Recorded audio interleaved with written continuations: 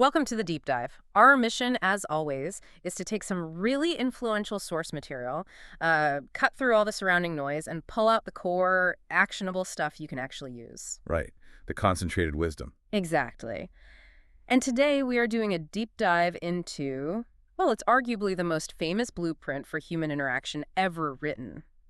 Dale Carnegie's How to Win Friends and Influence People. A true classic. Yeah. And one that people still talk about constantly. They really do. Now, this isn't just, a history lesson. The book came out way back in 1936. That's almost 90 years ago. Incredibly. So our goal here is to really synthesize the absolute core ideas, figure out why these, well, sometimes they seem almost obvious rules, why they've lasted through just massive changes in technology, culture, society. Yeah, what makes them stick? We want to pull out the truly timeless principles for building relationships, for persuasion, and understand why. Why focusing on genuine empathy seems to be the ultimate key to influence then and now. That lasting power is exactly what makes it so fascinating, I think. What we're looking at is basically a systematic guide to applied human psychology. The goal is simple, really. How do we interact with people in a way that builds cooperation, creates real trust, and helps us succeed? And crucially, not through trickery or manipulation. Right, not about that. But through genuine alignments, like a shortcut to understanding how people are fundamentally wired. And the way Carnegie structured it, or at least how the core principles are often summarized, it leads you through this really logical progression. It does. It builds on itself. We start with the absolute basics, the fundamentals of just handling people. Yeah. Then we move into being more proactive, how to actually make connections. Then, okay, the trickier part, the art of persuasion, navigating disagreements. Right. And finally, leadership. How to guide and correct behavior without, creating resentment. It's like an architecture for influence, isn't it? You lay the foundation first by getting rid of resistance, then you build the connection. That gives you the platform, really, to persuade. Okay. And then you use those tools to lead, to inspire actual change in the long run. Okay, so let's unpack that step by step, starting with the bedrock. Part 1, the foundation, the fundamental techniques in handling people.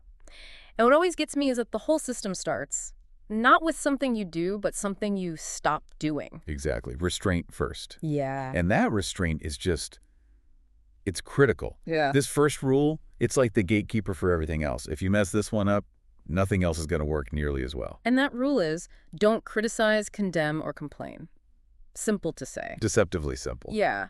But in today's world, which feels, hypercritical sometimes, it feels like a massive hurdle, almost impossible. It is the hardest one, I think, because it's the one that, when you break it, it most directly threatens someone else's ego. Oh, okay. Think about it. The second you criticize someone, what happens? They immediately get defensive, reflexively. Their brain kind of shuts down listening to your actual point, which might be totally valid.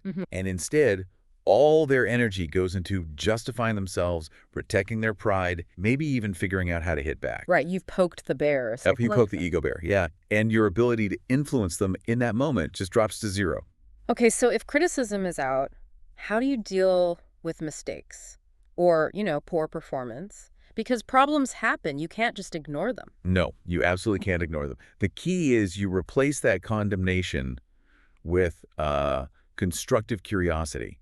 You try to find the root cause. Okay. So instead of judging, you shift into trying to understand their situation or maybe the constraints they were under. You ask things like, hey, can you help me understand what challenges got in the way here? Or what was missing that led to this outcome? So it's collaborative problem solving, not blame. Precisely. You approach it as a partner looking for a solution, not a judge looking for a culprit. That disarms the resistance. It's the essential first step. Project their ego, stabilize the relationship. That makes sense. And it sets up the next principle really nicely. Because once someone feels safe, not attacked, what do humans fundamentally want next? You've removed the negative. So what's the, universal currency for positive interaction? It's recognition. Carnegie puts it as, give honest and sincere appreciation. Right. He really tapped into something deep there. Yeah. That craving for recognition, for feeling valued, it's one of our most powerful drives. It's what pushes artists, inventors, heck, even just employees wanting a bit of praise from their boss. Okay, but let's be clear here. Appreciation versus flattery, because that line can get blurry, can't it? Flattery often feels, cheap, Insincere. Totally. Flattery is usually insincere praise aimed at getting something for yourself. It's often vague, right? Oh, you're just so great at Eight everything. empty calories. Exactly. Genuine appreciation, on the other hand, has to be specific, has to be truthful, and it's directed at the action or the effort, not just some vague compliment about the person. So less, you're amazing. More. More like, I really appreciated how you handled that tough client call on Tuesday. Your patience right at that specific moment. That saved the account. See the difference? Yeah, it shows you were actually paying attention. Right. It shows you noticed, you cared, and the praise is earned. That hits the reward center in the brain. It reinforces the behavior you want to see way more effectively and sustainably than criticism ever could. Okay. So principle 1, stop the criticism. Principle 2, fill that space with genuine, specific appreciation. Now, principle 3 is where the active influencing really starts. It involves this, major mental shift. A huge pivot. Arouse in the other person an eager want. This is the absolute heart of effective persuasion, at least the kind that isn't based on force. Okay. Our natural instinct usually is to think, okay, here's what I need. Here's what I want you to do for my goal. Carnegie just flips that completely on his head. How so? Your entire focus has to shift away from your needs onto theirs. You stop trying to sell your solution, and you start selling the satisfaction of their existing desire. What do they already want? Okay, give me an example. Let's say I'm trying to get a skeptical team lead to adopt some new complicated software. Right. Standard challenge. So just telling them it'll save the company money, probably not the best approach based on this. Probably not nearly as effective as showing them specifically how this new system gets rid of, say, the 20% of their team's current manual work that they personally hate dealing with. Ah, okay. So I link it directly to their pain point, or maybe how it helps their career. Exactly. Link it to reducing their headaches, or maybe it's a path to that promotion they want because their team's metrics will look amazing. You position yourself not as someone demanding something, But as someone helping them get what they want. you got it. You're the facilitator of their ambition or their comfort or their growth. If they clearly see how your suggestion satisfies their eager want, well, they basically persuade themselves your job is almost done. But that requires knowing what they want first. Absolutely. Which requires really good listening and sort of gathering intelligence, which conveniently leads us right into the next section. Perfect transition. So if the foundation is laid no criticism, give appreciation, focus on their wants, the next layer is building the actual connection. Part 2, the 6 ways to make people like you. Moving from restraint to actually building rapport. Yeah, these are the principles for quickly establishing that connection, making yourself someone people feel good around, someone they remember and want to approach. And like you said before, they're often incredibly simple actions. But with a real psychological weight. Exactly. Okay, the first 2 seem completely linked. Become genuinely interested in other people and be a good listener. Encourage others to talk about themselves. They're totally intertwined. 2 sides of the same coin. You can't really fake genuine interest convincingly for long. Right, people can usually tell. They can. The interest fuels the listening. And in a world where everyone's distracted, checking phones, thinking about their reply, just offering someone your full, undivided attention, that's rare. It's a gift. And when you encourage them to talk about themselves. They feel important. They feel validated, heard. And that validation, plus all the information you're gathering about what they care about, what they fear, what those eager wants are. That feeds right back into principle 3 we just talked about. Precisely. It's your primary information gathering phase, disguised as just being a good conversationalist. The conversation isn't you lecturing. It's you excavating their motivations. Excavating. I like that. Yeah. If you spend, say, 80% of the time just listening intently, you're gathering 80% of the data you need to influence them effectively and kindly later on. Okay, let's talk about those really simple actions. The book emphasizes smiling and remembering names that a person's name is, quote, the sweetest sound to them. These feel almost too basic. They do seem basic, but Carnegie understood simple psychological triggers or priming. A smile. It's universal. It's an instant signal. I'm not a threat. I'm open. I'm warm. It lowers the guard? Instantly. It opens the door emotionally and physically to interaction. Signal safety. But the name, that feels more personal, more targeted. If you forget someone's name, it kind of reduces them back to a role, doesn't it? Like the barista or that guy from accounting. Exactly. Using someone's name is an immediate acknowledgement of their unique identity. It snaps the interaction out of being generic and makes it personal. Think about the difference, just neurologically, between hearing "hey" versus hearing your own name. Yeah, it definitely gets my attention more. It bypasses that generic processing and hits right at the core of their ego, making them feel respected, important, Yeah. that you found them memorable enough to learn their name. It costs you nothing but a bit of focus, and the return on rapport is huge. Which leads right into the last couple points in this section, which kind of summarize the whole approach to connection. Talk in terms of the other person's interests and make the other person feel important, sincerely. Yeah, you see how all 6 of these really boil down to the same core idea. It's about radically decentering yourself. Getting out of your own head. Completely. Instead of thinking, how can I impress this person? Or what do I want to say? You're constantly asking, how can I genuinely understand and reflect their reality back to them? So if you know their interests, because you've been listening, You talk about that. You speak their language. You connect on something that actually energizes them, not just you. and making them feel important sincerely, that hits that fundamental craving for recognition again from part 1. Absolutely. You're subtly elevating their status in the interaction. And it has to be sincere, like the appreciation point. People sniff out manipulation. But genuine validation, that's the fastest path to trust and liking. So if every time someone interacts with you, they leave feeling just a little bit better about themselves, a little more heard. They're naturally going to gravitate towards you. They'll want to talk to you. They'll be more inclined to listen to you. And that goodwill, that rapport, that's the capital you need when you move into the next phase, actually persuading them or navigating disagreement. That's a perfect setup for part 3, the art of persuasion. This is the big section, All right. right? 12 principles, all about how to win people to your way of thinking. Right. And the key phrase there is win people to your way of thinking, not win against them. Ah, important distinction. Winning without defeating. Exactly. This is where we shift from just building rapport to actually handling friction, disagreements, different goals, conflicts. And we start, maybe counterintuitively, with the highest form of conflict management. Which is avoid it altogether. The first principle is the only way to get the best of an argument is to avoid it. It sounds almost passive, doesn't it? But it's incredibly strategic. Think about what happens in a typical argument. Even if you win intellectually, You present all the facts. Logic's on your side. right, you prove them wrong. What have you actually accomplished? You've probably wounded their pride. And pride is a much stronger motivator than logic most of the time. If someone feels beaten down, their pride wounded, they'll resent you. They might sabotage you later. They'll never truly buy into your idea. So your victory is hollow. It's a Pyrrhic victory. You win the battle, lose the war. Spot on, which leads right into the next point. Show respect for the other person's opinions. Never say, you're wrong. Ooh, that phrase, you're wrong, it's such a common weapon, isn't it? It's like a verbal slap in the face. Declaring someone flat out wrong instantly triggers that same defensiveness we talked about with criticism.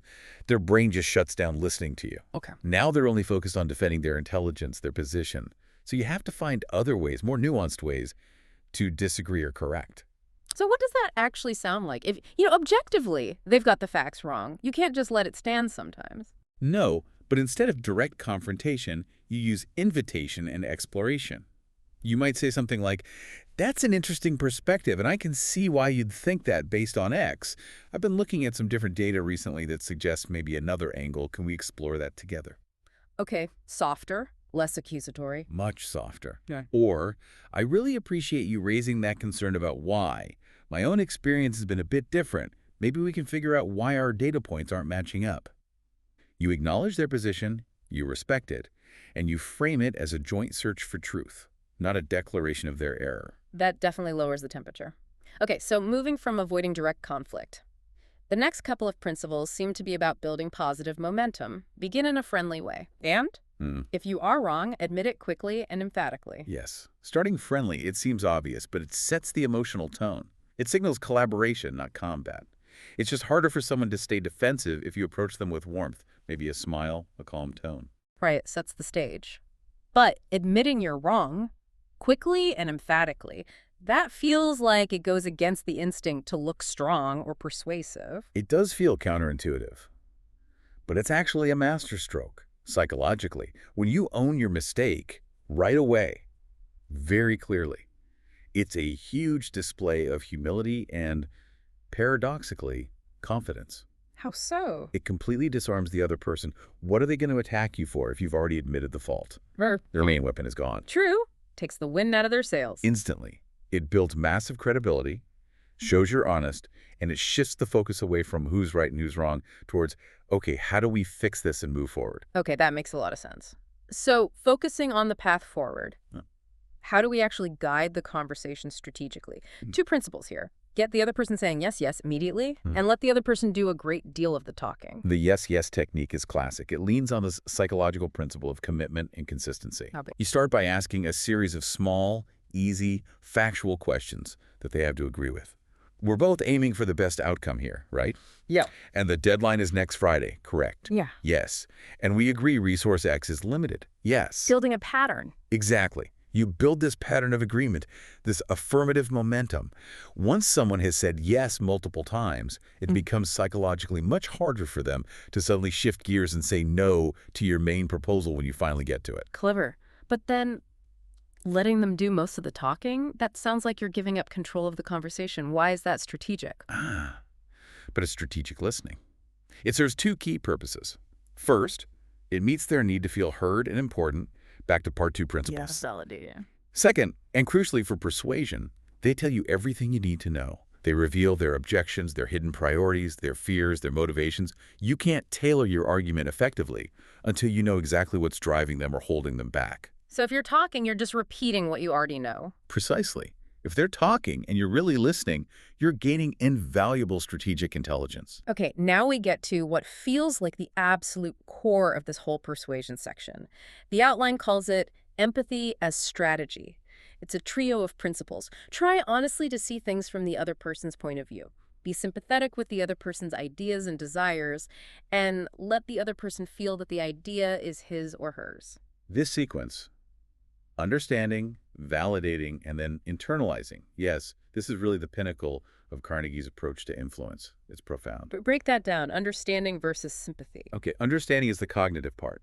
It's intellectually grasping the logic or the reasoning behind their position, even if you completely disagree with their conclusion. You can see how they got there. Okay, I can follow their train of thought. Right. Validating, or sympathy, is the emotional part. It's acknowledging the legitimacy of their feeling or their underlying desire, even if you think the way they're expressing it is wrong or the idea itself is flawed. So you could say, look, I totally understand why you feel protective of the old system. It served us well for years and feels safe. Even if you're about to argue passionately for replacing it, you validate the feeling of wanting security. that combination, understanding their logic, validating their feelings, sets the stage for the third part, letting them feel the idea is theirs. Exactly. Because once they feel truly understood and validated, their resistance drops. Now, instead of pushing your idea at them, you guide them. You ask questions. You provide information strategically. You lead them towards the conclusion you have in mind, but in a way that allows them to connect the dots. So if I can guide, say, a junior colleague to realize that implementing my suggestion actually solves a major headache they've been complaining about, Then it stops being your suggestion. It becomes their solution. They champion it because it feels like their own insight. Their commitment level goes through the roof. because it's not an order from outside, it's their own realization. That's it. That's influence rooted in deep, practical empathy. It leads to long-term buy-in, not just grudging compliance. Masterful. Okay, finishing up persuasion, there are these slightly more advanced techniques. Appeal to nobler motives. Dramatize your ideas. Throw down a challenge. Right. These move a bit beyond pure logic and tap into emotion, imagination, ambition. Appealing to nobler motives. That's about framing your request, not just in terms of practical benefit, but linking it to higher values, Like, honor, fairness, integrity, service, contribution. Instead of just saying, you need to finish this report by 5 p.m., you might say, getting this report done accurately and on time is really crucial for ensuring our clients get the fair and ethical service they deserve from us. You elevate it. You appeal to their better self. got it. Now, dramatizing ideas. In today's world of, emails and Slack messages, how does that work? It's not always a big presentation. No, but the principle still holds. Yeah. It means making your idea vivid, memorable, tangible, moving beyond just dry facts. In an email, maybe it's using a really powerful analogy. In a presentation, it's using compelling visuals or telling a story instead of just listing bullet points. You make the idea feel real and significant. Okay, and the last one. Throw down a challenge. This one sounds a bit aggressive. Especially in collaborative workplaces today, isn't there a risk? It needs care, absolutely. It's not about an aggressive threat like do this or else. It's more about framing a task as an opportunity to excel, tapping into that natural human desire for achievement, maybe a bit of healthy competition. So less threat, more invitation. Exactly. You might say something like, look, this deadline is incredibly tight. Honestly, most teams would say it's impossible. But I have a feeling this team might just be able to pull it off. Who's willing to step up and lead the charge on making this happen? It reframes difficulty as a chance to shine. It appeals to their inner sense of capability. Okay, that makes sense. Tapping into ambition rather than fear. All right, that wraps up persuasion. Now, the final section, part 4, shifts into maybe the most delicate area, leading with kindness. Specifically, how to change people correct mistakes without causing offense or resentment. Yeah, this is critical for anyone in a leadership or even mentorship role. The absolute guiding principle here. Never, ever damage the person's ego while you're correcting their behavior. All the techniques that follow are essentially strategies for protecting that ego. Okay, the first few focus on softening the blow before the critique even lands. Number 1, begin with praise and honest appreciation. Always start positive. Mandatory first step. It does two crucial things. First, like we said before, it lowers their defenses. They feel valued, so they're more open to hearing constructive feedback. Right. Second, it clearly separates the person from the problem. It signals, I value you. This specific action needs adjustment. If they feel fundamentally attacked, they won't hear the feedback. If they feel fundamentally valued, they're much more receptive. And then this one's interesting. Talk about your own mistakes before criticizing the other person. Ah, this is brilliant. It's about creating shared vulnerability. It instantly levels the playing field. How does that work? Instead of a superior pointing out a subordinate's flaw, it becomes two people acknowledging that, hey, mistakes happen. You might say, you know, when I first started handling these reports, I remember I struggled with X and Y too before I figured out this little trick. It takes the unique shame or spotlight off their error. It normalizes it, makes it less personal. Exactly. It says, this is a common challenge, I get it, now let's focus on the fix together. The criticism lands as helpful advice, not a judgment. Okay, so praise first. Share your own fallibility. Then how do you actually deliver the correction? 2 techniques here. Call attention to people's mistakes indirectly and ask questions instead of giving direct orders. Indirectness is key for saving face. Let's say a report has sloppy formatting. Instead of bluntly saying, this formatting is terrible. Which goes back to the don't criticize rule. Right. You might say, the analysis in here is absolutely top-notch. To really make it shine and match that quality, maybe we could just tweak the formatting slightly according to the style guide. You focus on the positive potential or the desired outcome, not the current flaw. Subtle. And asking questions instead of orders. That's essentially Socratic leadership. Instead of demanding, from now on, use the spell checker before submitting, you ask, hey, what do you think might be a good way to catch those small typos before the final version goes out? And they might suggest the spell checker themselves. Often they will. Or some other solution. The point is, the question invites them to participate in finding the solution. It gives them ownership and respects their autonomy.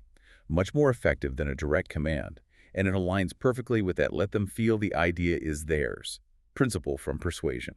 So these small shifts in language, they protect the ego, frame it collaboratively. Precisely. Which leads into the next pair, focusing on preserving their self-respect and encouraging growth long-term.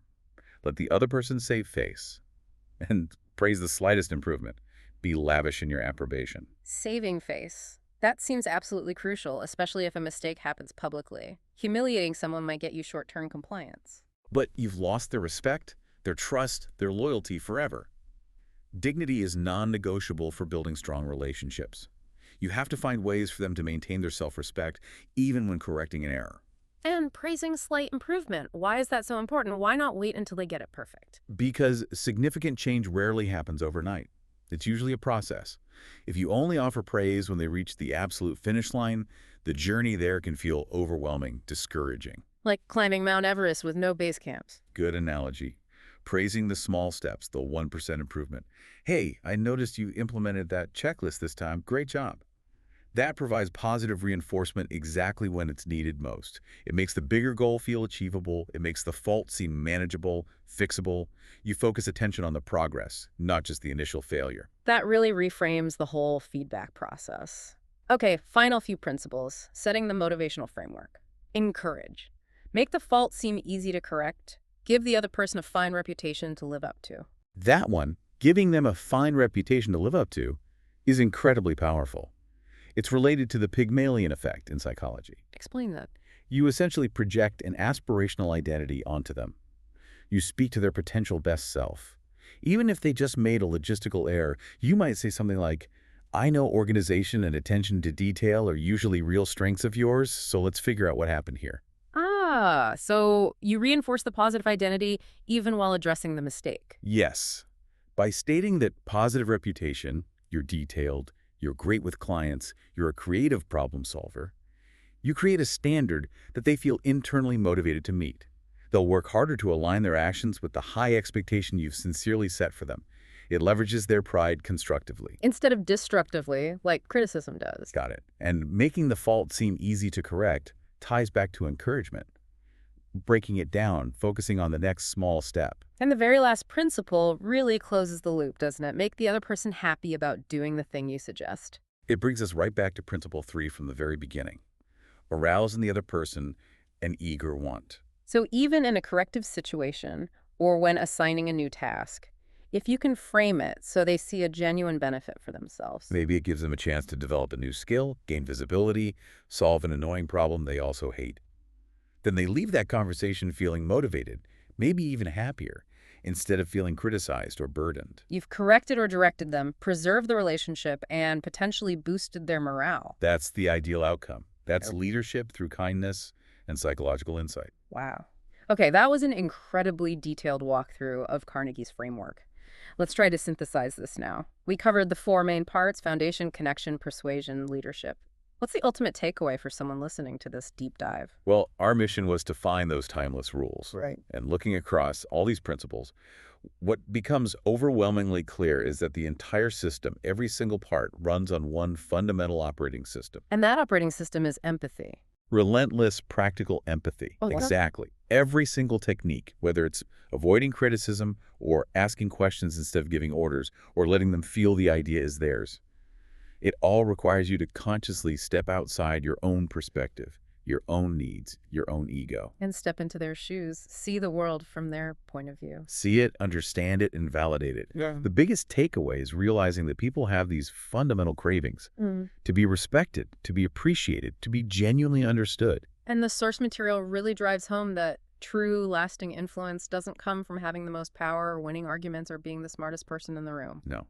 It comes from the consistent, intentional application of that empathy, of kindness. So if you can master that restraint, stop the criticism, stop the complaining, if you can cultivate genuine interest and really listen, if you deliberately connect what you need with what they want, and if you approach any correction with the primary goal of preserving their dignity, then you've essentially mastered this entire methodology.